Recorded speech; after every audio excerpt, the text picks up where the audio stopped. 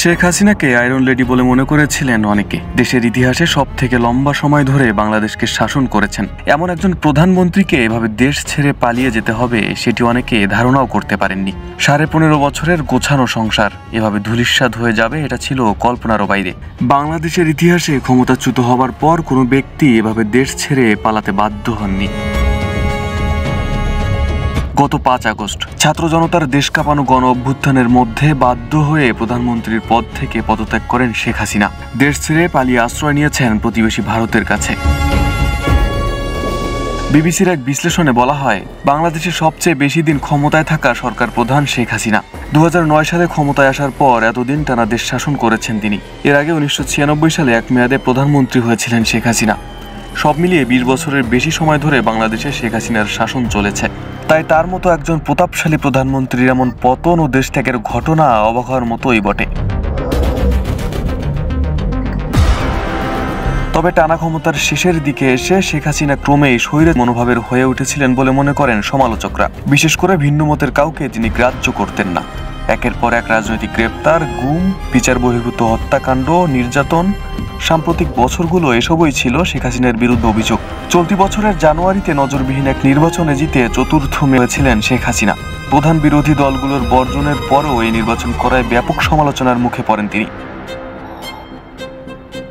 নোবেলজয়ী অর্থনীতিবিদ ডক্টর মোহাম্মদ ইউনূসকে আদালতের মাধ্যমে বারবার আইনি হয়রানি করা হচ্ছে। শেখ হাসিনার বিরুদ্ধে এটা ছিল বড় একটি অভিযোগ। চলতি বছরের শুরুতে ডক্টর ইউনূসের কারাদণ্ড হয়। তবে সমালোচকেরা মনে করেন এই নোবেলজয়ী শেখ হাসিনার রাজনৈতিক প্রতিহিংসার শিকার। শেখ হাসিনার বাবা শেখ মুজিবুর রহমান স্বাধীন দেশের প্রথম রাষ্ট্রপতি। সেই সময় ঢাকা বিশ্ববিদ্যালয়ের একজন ছাত্রনেতা হিসেবে পরিচিত হয়ে উঠেছিলেন শেখ হাসিনা। 1975 সালে এক সেনা অভ্যুত্থানে বাবা মা ও পরিবারের বাকি সদস্যদের হারান তিনি। বিদেশে থাকায় ভাগ্যক্রমে 2 বোন হাসিনা ও রেহেনা বেঁচে যান। টানা রাজনৈতিক অস্থিরতায় বিদেশে নির্বাসিত জীবন কাটে 2 বোনের। 1981 সালে দেশে ফেরেন শেখ হাসিনা। হাল ধরেন আওয়ামী লীগের।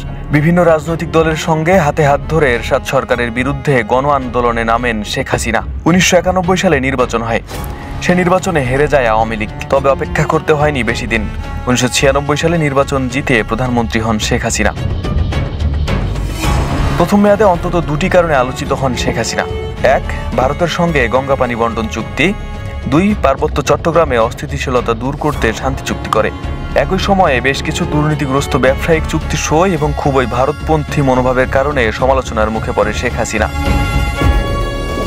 এসবের কারণে 2001 সালে বিএনপির কাছে নির্বাচনে পরাজিত হয় আওয়ামী লীগ। এরপরেই 2009 সালে বিপুল ভোটে বিজয়ী হয়ে ক্ষমতায় আসে দলটি। সেনা সমর্থিত তত্ত্বাবধায়ক সরকারের অধীনে ওই নির্বাচন হয়েছিল। 2014 সালে প্রধান বিরোধী দল বিএনপির নির্বাচন বর্জনের পর 153 জন বিনা প্রতিদ্বন্দ্বিতার সংসদ সদস্যকে নিয়ে ক্ষমতায় আসে আওয়ামী লীগ। 2018 সালের নির্বাচনে সবগুলো দল অংশ নিলেও রাতের আধারে ব্যাপক ভোট কারচুপির মাধ্যমে ফের ক্ষমতায় অধিষ্ঠিত হয় দলটি। 2024 সালের নির্বাচনে বিএনপি না আসায় বিভিন্ন আসনে ডামি প্রার্থী দাঁড় করিয়ে বিজয়ী হয়ে টানা তৃতীয়বারের মতো সরকার গঠন করে আওয়ামী লীগ। পরপর কয়েকবার বিতর্কের মুখে ক্ষমতায় আসার পর এবার ওই প্রথম গুরুতর আন্দোলনের মুখোমুখি হয়েছিলেন শেখ হাসিনা। সরকারি চাকরিতে কোটা সংস্কারের দাবিতে আন্দোলনের সূত্রপাত। পরে ব্যাপক রক্তপাতের পর সেটা এক দফা বা সরাসরি সরকার পতনের আন্দোলনের রূপ নেয়। আন্দোলন দমনে কঠোর পথ বেছে নিয়েছিলেন হাসিনা। তিনি আন্দোলনকারীদের সরাসরি সন্ত্রাসী হিসেবে চিহ্নিত করেন। পুলিশ নির্বিচারে গুলি চালায়। নিহত হন শত শত মানুষ। এরপর হাজার হাজার মানুষকে ফৌজদারি অপরাধে গ্রেপ্তার করে পুলিশ। তবে শুধু কোটা সংস্কারের দাবি নয়, করোনা পরবর্তী দ্রব্যমূল্যের ঊর্ধ্বগতিতে জীবনযাত্রার বাড়তি ব্যয়ের কারণে ক্ষুব্ধ ছিলেন সাধারণ মানুষ। মূল্যস্ফীতি আকাশ ছুঁয়েছে। ব্যাপক ধস নেমেছে বৈদেশিক মুদ্রার রিজার্ভেও। 2016 সালের পর বিদেশে ঋণও হয়েছে দ্বিগুণ।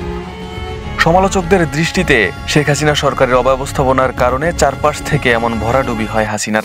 এছাড়া কয়েক দশকের অর্থনৈতিক উল্লঙ্ঘনের জেরে তার ঘনিষ্ঠজনদের সীমাহীন দুর্নীতির কারণেও মানুষের মধ্যে ক্ষোভের সৃষ্টি হয়। শেখ হাসিনার বিরুদ্ধে গণমাধ্যম ও রাজনৈতিক প্রতিপক্ষের ওপর কর্তৃত্ববাদী দমনপীড়নের অভিযোগও বেশ পুরনো।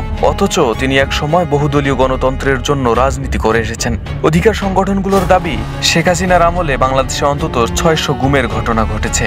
বিচার বহির্ভূত হত্যাকাণ্ডের ঘটনা ঘটেছে শতাধিক। এই আমলে দেশের নিরাপত্তা বাহিনীর একের পর এক আটক, নির্যাতনের অভিযোগ নতুন নয়। 2021 সালে যুক্তরাষ্ট্র সরকার বিচার বহির্ভূত হত্যাকাণ্ড ও মানবাধিকার লঙ্ঘনের দায়ে র্যাবের ওপর নিষেধাজ্ঞা দেয়। বাদ যায়নি মানবাধিকার কর্মী ও সাংবাদিকরাও। তাদের আটক, নজরদারি ও হয়রানিও করা হয়। গণমাধ্যমকে চেপে ধরতে শেখ হাসিনার সরকার কঠোরতর আইন করে। এবছরের নির্বাচনের আগে বিএনপির বহু জ্যেষ্ঠ নেতাকে আটক করা হয়।